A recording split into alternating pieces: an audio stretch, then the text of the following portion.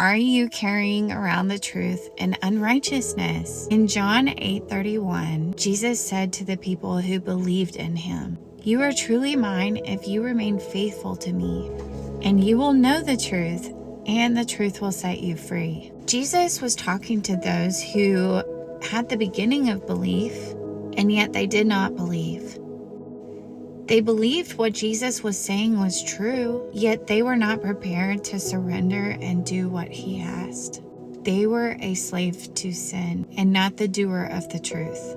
This is a very dangerous place to be spiritually. So there's an old Scottish oath, which our American sworn testimony is based off of. And it reads, "I swear by the Almighty God that I will tell the truth, the whole truth, and nothing but the truth." Jesus says that we must know the truth because the truth is what sets us free. But for these, they didn't know the truth, and they were not free from their sins. Many people of religion will believe and profess to know God, but their hearts are far from him. Their works are evil, but their mouth claims to know the Lord. For those, Jesus says, "You are of your father the devil, who loves to do the evil things that he does. He is the father of lies." And 2 Thessalonians reveals that there will be a worldwide rebellion and great delusion will sweep over the earth. Many people will believe the lies of the devil.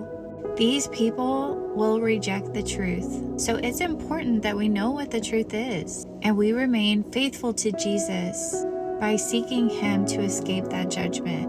In Romans, it says that these people hold the truth in unrighteousness.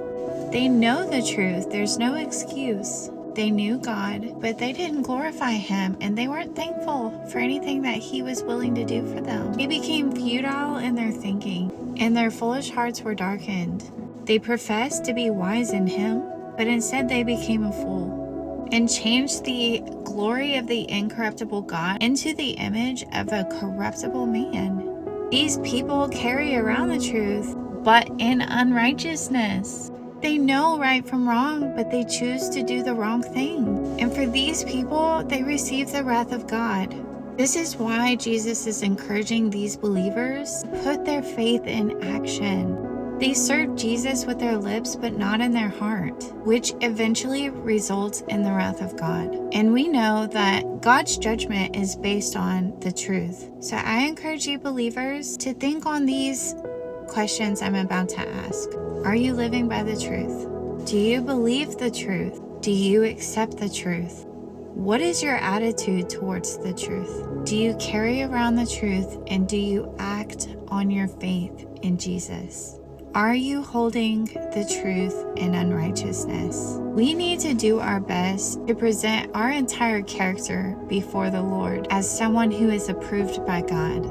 If we are a worker of God, we need to make sure that we bring no shame and we can handle the truth correctly. We need to become the kind of worshiper that the Father is seeking, which is one who worships God in spirit and in truth. We must be quick to listen, slow to speak, and slow to get angry.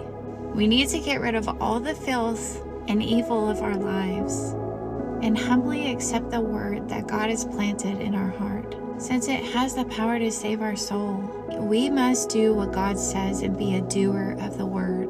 Because if we're not, we're fooled. Pure and genuine faith is caring for others in their distress and need, and refusing to allow the world to corrupt us. In everything, we should see Jesus. All of our relationships and everything that we do, God should see Jesus in us. So if there is an area in your life that is not perfected, be a doer of the word and act on your faith. Take what God is saying to you and put it into action.